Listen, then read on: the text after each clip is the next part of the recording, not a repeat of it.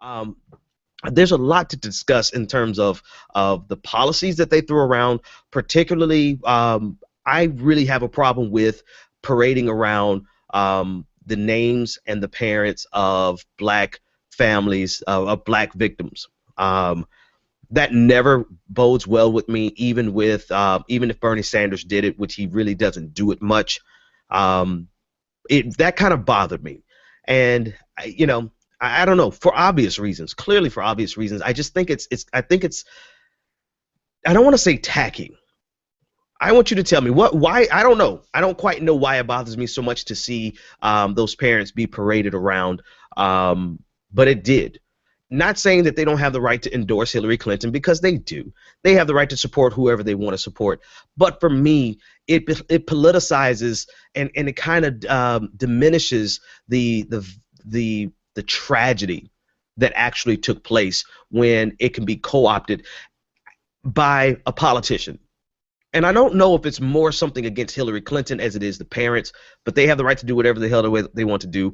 But I also have the right to say that something about it just struck me very tacky, and something just really rubbed me the wrong way. And I would be equally as bothered if Bernie Sanders was parading around family members of slain black youth, or any color for that matter. All right. Let's jump into it. Guys, forgive these big headphones. I hate wearing big headphones, but I could not find my normal headphones. I have been joined by David Grossman and Anoa Changa, two of the many members of the Progressive Army. And like you said before, the parading of the black moms, and the fact that they, I'm not going to pass judgment on anyone. You want to get on TV or whatever it is that's going on, but Eric Garner's mom was quoted as saying Hillary Clinton was the only presidential candidate that approached her. Maybe that's because Bernie Sanders and at the time Martin O'Malley respected your space. I don't know. But those two things, the whole why would anyone not trust me, and then the simultaneous parading around these women and their grief and their stories, right. I don't. Well, let's unpack that a little. Mothers of the movement, like they've started to, well, anyway, I'm going to leave them alone because they're grief. I'm gonna leave that. I know people who wanted to directly reach out to them and say you should not do this. I personally don't feel right telling people what they should and should not do unless you're a super delegate. The only thing I'll say to you is just wait until we've all voted before you make a decision. Right. But with that, that bothers me so much because we have had this growth, this Black Lives Matter movement that has grown. Not necessarily just out of these particular individuals and their children and these names. I mean, to say their name, say his name, say her name, that's only been a part of it. And that's my problem. With her commercial, with this whole thing, she only has a part of it. She only has a piece of it, right? The saying the name. You couldn't even say the names before. Right. Now everybody says it. Everybody's doing it, and you can do it too. I don't even do it. She couldn't even, she remembered Dontre Hamilton. He can't remember Jordan Davis's name, and I don't think Jordan Davis's mom was there. I think she remembered Dontre Hamilton's name because his mother was in the audience. That was right. Listen, this is the second time she's messed up Jordan Davis's name. Right. This is the second time she's done that, and it makes me cringe every time. I'm trying. If you try. No, because I know we have some audio issues here, but if you're going to try to parade around. And let me take that out. If you're going to try to build your reputation on how in tune you are with Black Lives Matter and saying their names, I mean, she ran a damn commercial today with, or 2 days ago with Morgan Freeman and saying the names. And actually, hell, I'm going to play it because I'm sure that's I can do that for the copyright.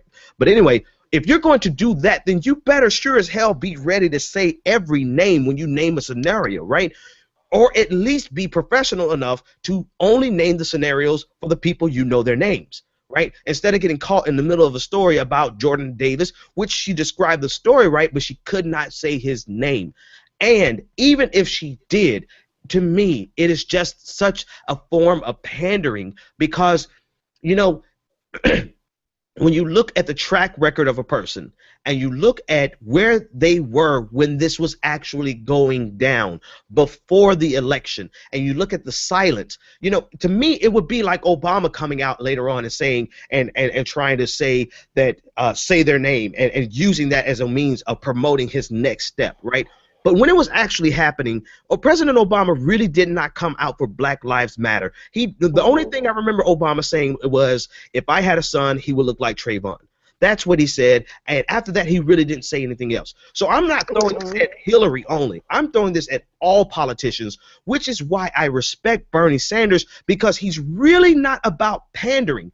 I don't think he understands how important pandering is, but I also don't think that he cares, because it's really not in his character to pander. That's why he's not going around. And actually, let me pull this last thing in, and I'll throw it back to you guys. Erica Gardner, excuse me, guys, I'm sick. Erica Gardner, she decided to endorse Bernie Sanders. She had all the creative control over that commercial, and from everything I've been told, she went out and said, this is the person that most identifies or most represents what I stand for. It wasn't as if Bernie Sanders was scouring the country looking for black faces to associate with his campaign. She found Bernie, and Bernie didn't go out and try to find her. And for me, it really looks like Hillary Clinton is going out and just snatching up all of the black faces she possibly can. Go ahead, Anoa. She did, because this has been irking me, and you know what? And I first, the one that hurt me the most was Sandra Bland's mother.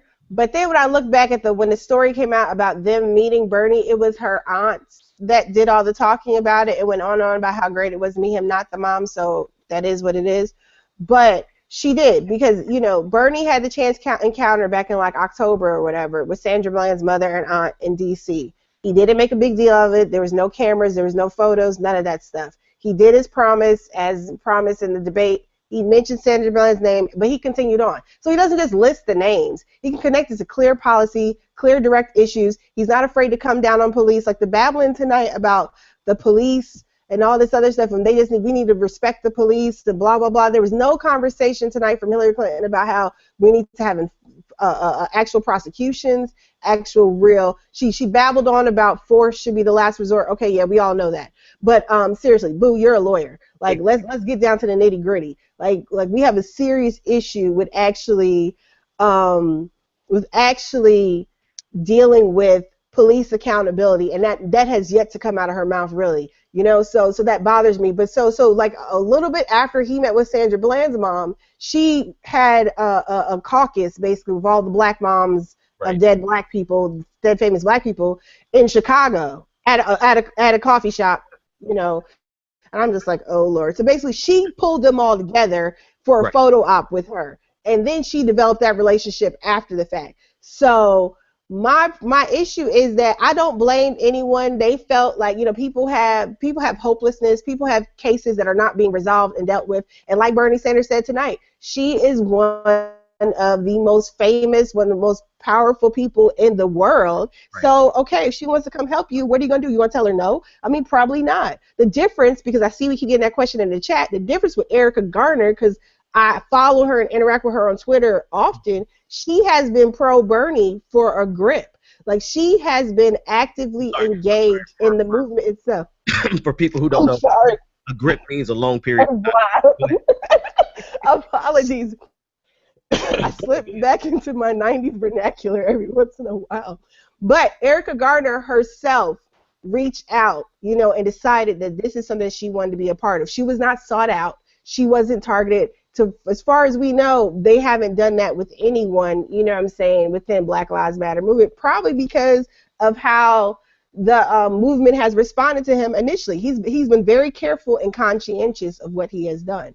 Erica Garner herself has said that she had full creative control. Patricia Ann, I wonder if the moms know that she supports Rahm Emanuel. I don't know that they care or matters, or I find that a lot of people who support Hillary don't know a lot of stuff. Right. Right. But there was a story, a young woman, because she just deployed the 100 black women or whatever it was, all the famous black women in South Carolina recently, and there's a young woman who gives an account about how Angela Bassett, I was going to say Vivica Fox. Vivica Fox is on Team Hillary too. But Angela Bassett was talking on and on about how great she is as a woman and all this other stuff. So the young woman asked her, as a mother of a black son, and she went into the whole super predator thing and stuff like that, and Angela Bassett was like, wait, what? She said that? And I'm waiting for the young lady to post a video of their exchange, but it just is clear to me that there are a lot of people who are supporting her because she was a former first lady, the nostalgia, a lot of things that we keep talking about, even famous people, they're not clear on who they're supporting or why. Or if they are clear, then they have different interests than us that is not necessarily being represented. So when we're going back into this whole like the moms and the endorsements, I find it problematic that if people want to do endorsements, that's fine, but I don't think they should be held out as some evidence or proof that somebody is a good, whatever. And that's the thing, And Noah. that's the difference between the campaigns, in Noah, my opinion. David, you're in the middle of the show with two people who run their mouths every day, all